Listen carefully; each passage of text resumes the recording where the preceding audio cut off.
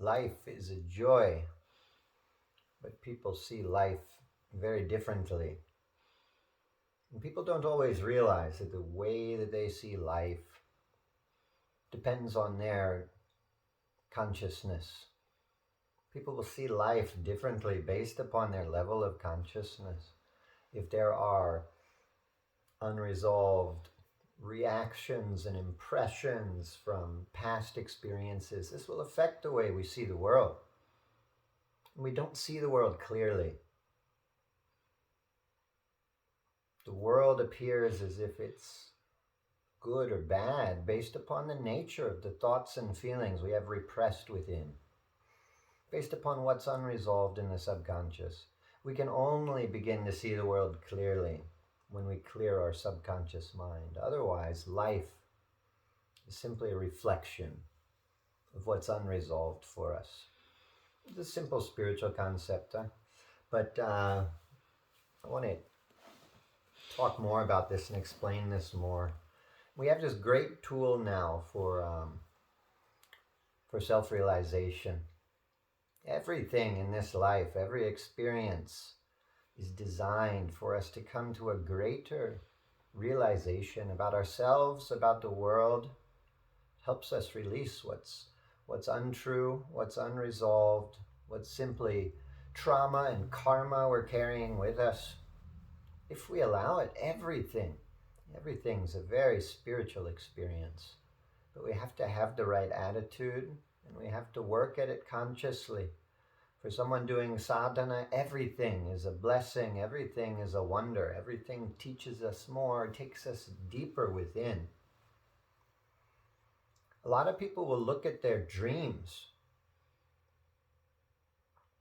They try to get some insight. What's unresolved for me? What's in my subconscious? If they're having a lot of nightmares, they realize I've got some fear that's unresolved. And if they look at the imagery in the dream and they ask themselves, what does this represent about me? Someone comes with a knife. What does that mean? What part of me is like a villain with a knife coming to get me? If they ask this kind of question, they can find insight. And so sometimes the gurus will ask people, well, have you been having a lot of dreams? What have you been dreaming about? And they get some insight. We can't always easily get insight, but if we meditate on it, we reflect on it, and some insight can come. We see what we need to work on, what we need to think about, because the dreams represent what we have not processed in our waking state of consciousness. My guru used to say, for someone doing sadhana, for someone doing serious spiritual practice, there's no need to dream. You shouldn't dream at all, because most dreams are just the expression of what's unresolved in the unconscious mind. And of course, if we're going deep within in our practice every day, in our chanting practice, our meditation, we resolve it. By the time it's time to go to sleep at night, we don't have anything unresolved. So as a result, we can sleep very restfully through the night. We can go to higher realms and receive blessings from the devas and from our teachers in the night as we sleep. And someone who does a lot of practice, they'll notice, even if they're not dreaming that much, if then one day they go to a special event with their guru, or they go to a big puja in a temple and they're doing a lot of chanting, that will bring up a lot, and maybe they haven't had the opportunity to resolve it all. And so they go to sleep feeling a little bit disturbed, and in the night they have a lot of dreams. They say if you have dreams with imagery of serpents, it's a sign of some spiritual awakening is happening. So that often will happen as well. When someone does, all of a sudden they do a lot of practice, a lot more than they've done recently. They may go to a retreat on the weekend in some ashram or something, or go to a teaching, or just do a bunch of extra practice. They go to a big puja at the temple and they're chanting all day, Om Namah Shivaya, Om Namah Shivaya, Om Namah Shivaya. If usually you're chanting 108 and then one day you chant 1,000, 10,000, of course it will accelerate that process of realization. And we may not process it all in the day. So in that case, maybe we will start to dream. But we have a wonderful tool for the self-realization now in this telephone. We all have these telephones. I'll try to wake up this telephone here. And so a great app on the telephone I've found is the Instagram. If you don't have an Instagram and you're doing sadhana, maybe you should get the Instagram. It's a wonderful tool. And a lot of people think, oh no, well the social media is not spiritual. Facebook is not spiritual. People are not saying spiritual thing. Instagram, not spiritual. My Instagram, very spiritual. My Instagram is a map to the inner, and yours is too, honestly, if you think about it. So if you don't have an Instagram, you can sign up for Instagram. And once you're on Instagram for a while, it will start to create an algorithm. The algorithm is wonderful. It's beautiful. It's like a dream. It's like a map to your unconscious mind. It tells you so much about what's going on for you, what's unresolved, what you're stuck on in your consciousness. And life is like this too. I'll get to that. But so if you go to Instagram and then push the button that looks like a magnifying glass and go to the search section, and it gives you a lot of suggestions of posts. And this is based upon the posts that you have interacted with, you've been attached to. It will make a bunch of suggestions. And so you can look at this and gain a lot of insight about yourself. You can just look. Oh, it thinks I'm going to like this. It thinks I'm going to like this. It thinks I'm going to like this. And you get a sense of where your consciousness has been.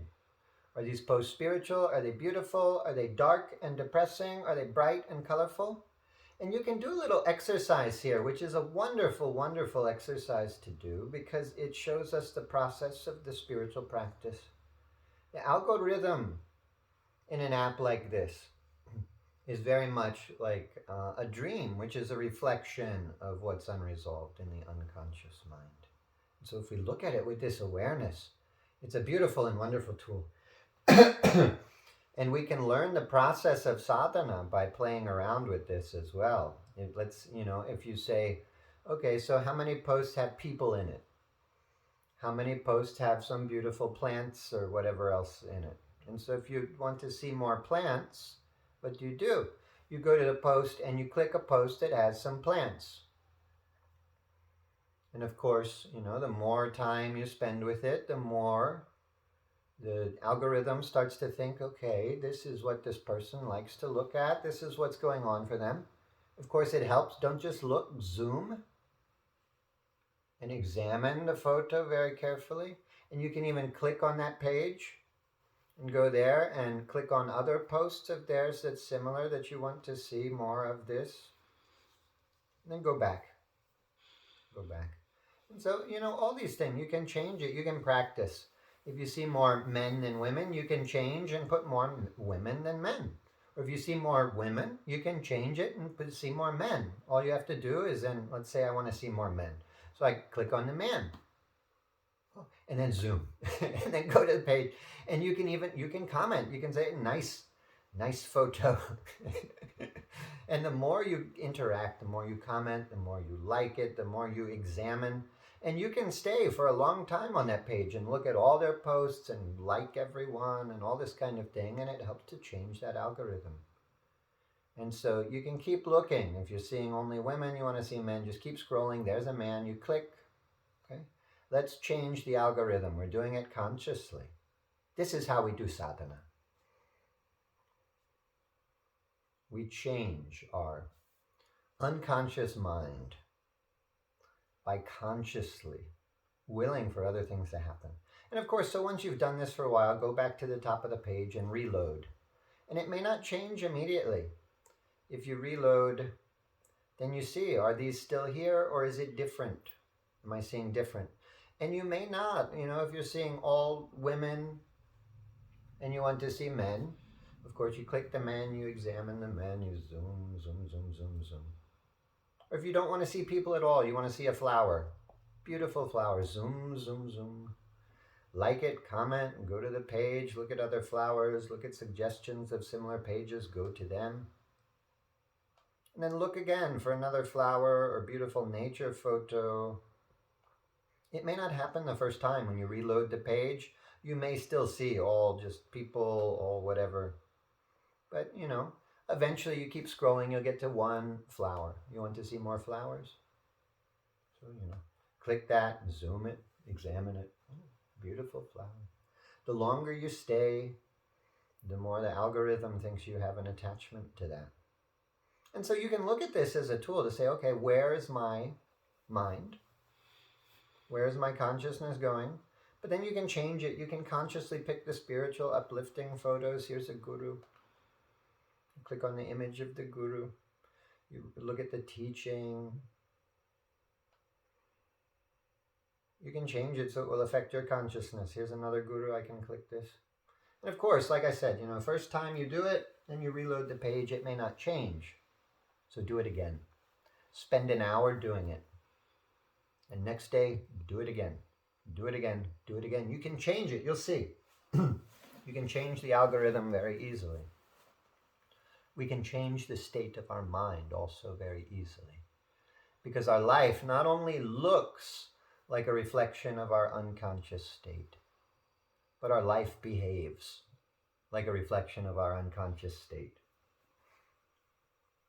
If you're often saying, wow, that was a great blessing. Wow, that was fun. Your life will start to bring to you blessings. Your life will start to bring to you fun. But if you say, oh, that was a boring day, that I had a terrible time, and so many setbacks, oh my goodness, what an obstacle. And when you talk to people, if you're always complaining about, I had this obstacle, I had this difficulty, what does that do? That tells the world, and it tells your conscious mind, life is a disappointment, and we're going to have bad experiences, we're going to have obstacles.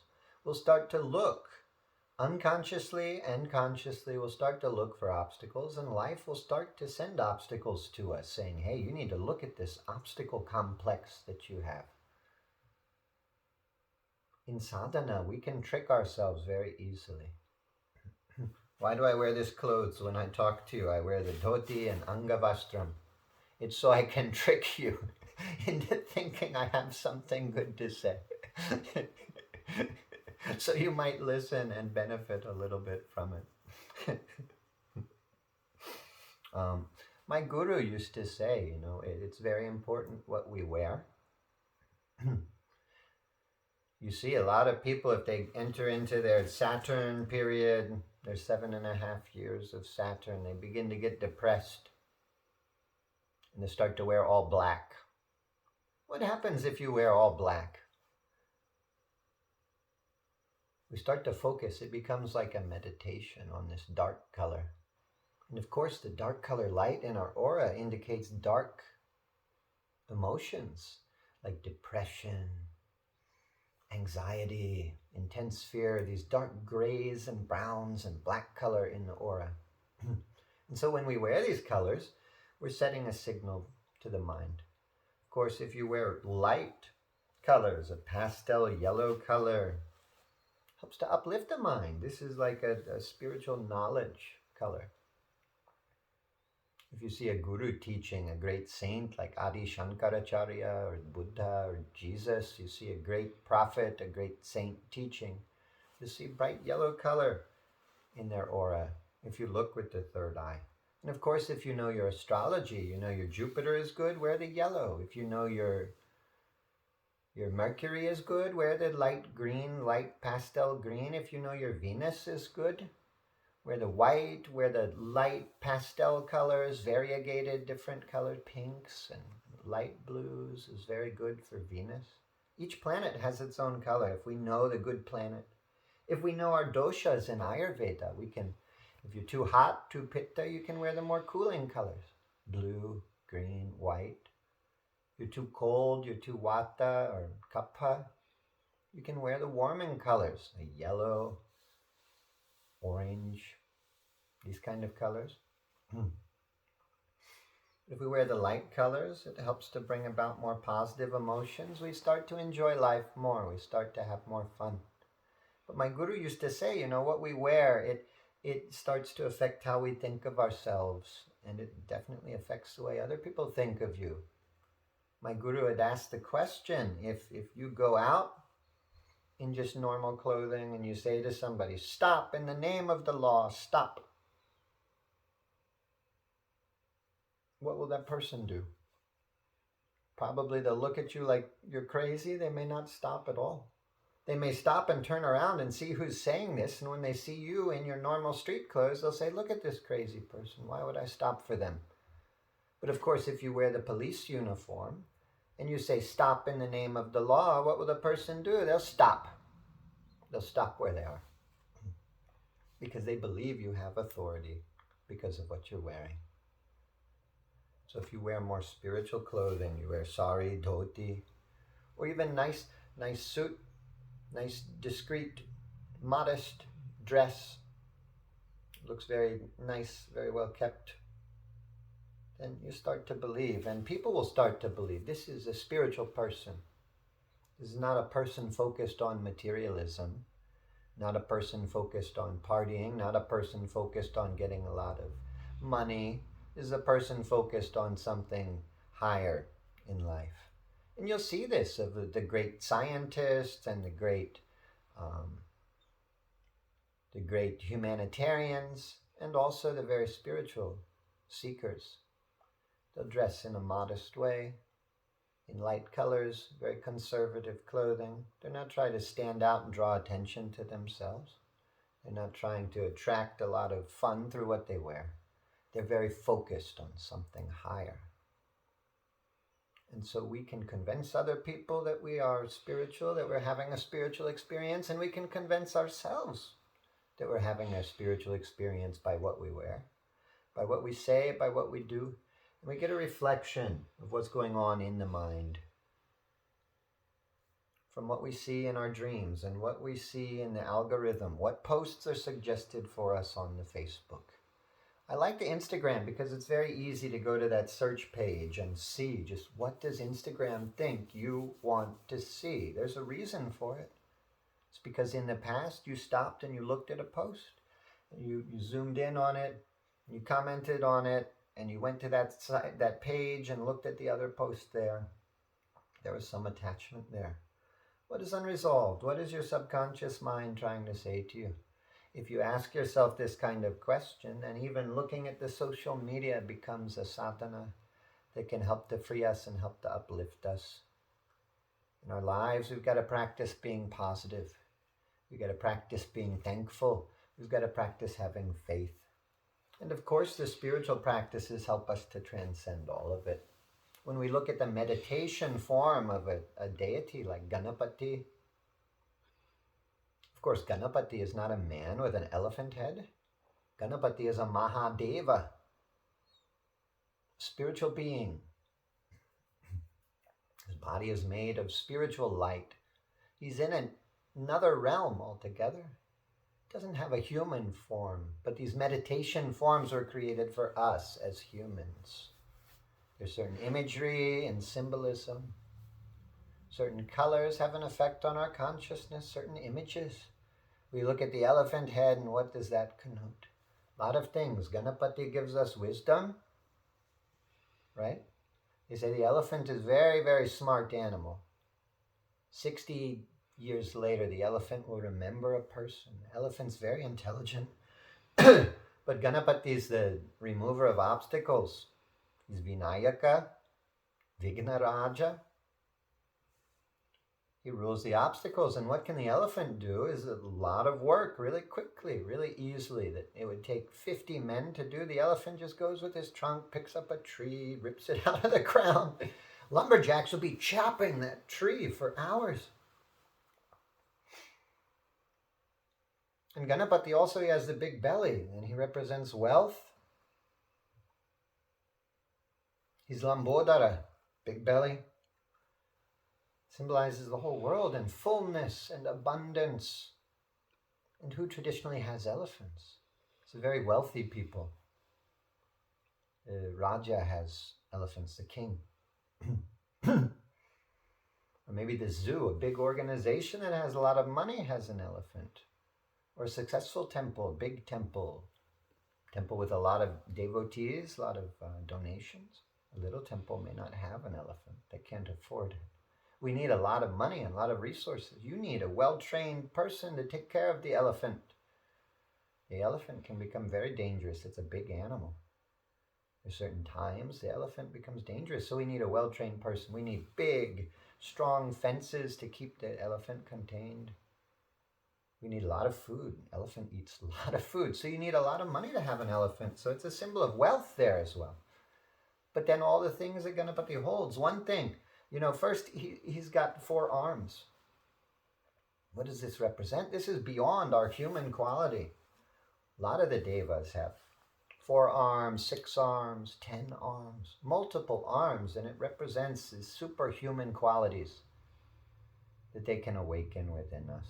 When we use the mantras, when we do the meditation, we do the puja of the devas, we start to develop these superhuman qualities. We start to develop a 6th sense, an intuition about things that may happen. We start to develop yoga siddhis. We become impervious to the things of the world because we're focused in a more spiritual realm. Our consciousness gets elevated by the vibration of the mantra.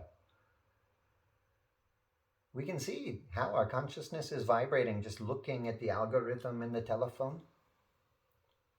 We can change that vibration consciously by looking at the photos we want. Pick a spiritual photo. Pick a beautiful nature photo. Pick a fun photo.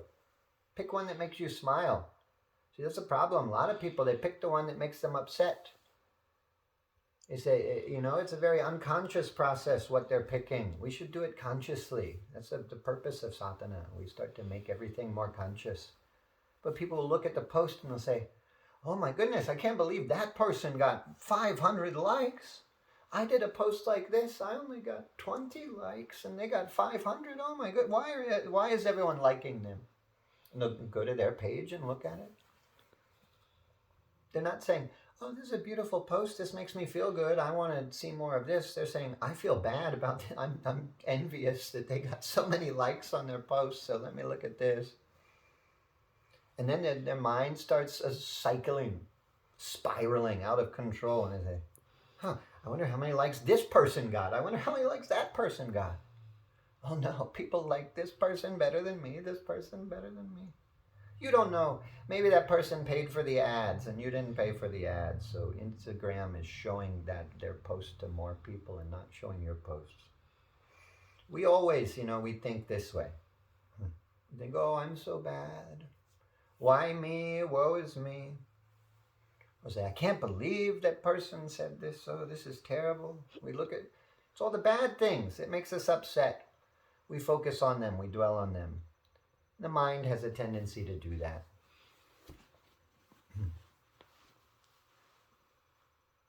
If I go and I give a talk on YouTube, we'll get some bad comments because people like to go on YouTube and make bad, insulting comments. They probably don't even watch the whole video before they go and make bad comments. It's just a very popular activity. But, you could get 10 good comments and 1 bad comment. And the way the human mind works, a lot of people, they dwell on that 1 negative. They forget all about the 10 positive, and they dwell on the 1 negative. We do that as well when we go through our social media. We dwell on all these negative things, never really looking at it, never really resolving it. It's fine to dwell on those things if you pay careful attention and you don't get attached and you allow the negativity to pass. If you release it, you've taken full advantage of that experience, of that offering the universe has brought to you to help you to free yourselves. But we don't do that. We don't get detached. We become more and more attached and we start acting out of it. We see a post of our coworker and they have so many likes and we feel envious, then we'll start to become resentful and we start to act resentful toward that person. They start to dislike us. Life becomes like a competition. Life becomes a misery. We should instead say, wow, I saw your post. Your posts are doing great on Instagram. I'm so happy for you. That's wonderful. And we should feel happy and we should congratulate them. And then they'll be like, wow, that's a nice person. They're rooting for me. They want to help me. Let me help them. When you need help, it's good to have a lot of people in the past who you've helped because they'll want to help you. If you've only hurt people and insulted people, when you need help, you won't find any help. So we can change our lives a lot. We can change the way people view us, the way people interact with us, what people want to do for us, with us, by what we think, what we look at on the social media, but how we act. How we think, how we act toward them, how we dress, how we present ourselves, what we focus on. Because we can always focus on negativity and sadness and become depressed, or we can focus on light, peace, love, happiness. Go walk in nature. There's so much beauty there. You start to uplift yourself. You pull yourself out of depressed state of consciousness this way. If you want to transcend and go to a transcendent state of consciousness, say the mantras. Focus on Ganapati. Go into the phone and reset that algorithm to show you sacred temples, images of the deities, images of pujas, images of real yogis doing sadhana, blessing people as saints and yogis and gurus, praying their blessings on people. There's all kinds of uplifting content on here as well. So why is your phone and your algorithm not purely uplifting? It's designed to be, if we're doing the right things. And ultimately, whatever kind of image you have, if you have images of women, images of men, images of children, images of whatever, images of people fighting, that also can be very uplifting if we use it in the right way. We have to ask ourselves, why? What is unresolved for me? Why have I drawn this experience in my life? Why have I drawn this image in the suggestion posts on the social media? Why have I created this nightmare of a dream where I'm fighting with people, people are fighting and I'm observing? And of course, the music we listen to influences it. The social media we look at influences it. The movies we watch, the television shows we watch influences it. Everything we do, the books we read, the people we talk to. If you call your friend every day and your friend is just complaining about how bad their life is, it will start to affect you in a subtle way. The things that are in your algorithm on the social media will start to affect you in a subtle way. So reset it. Call your other friend who's uplifting. Reset your algorithm just like you do your sadhana, just like you recondition your subconscious mind to enjoy life, to benefit from life, to have a spiritual experience from everything that's happening. It's a wonderful tool we have for realization, these telephones, if we know how to use them properly. Om.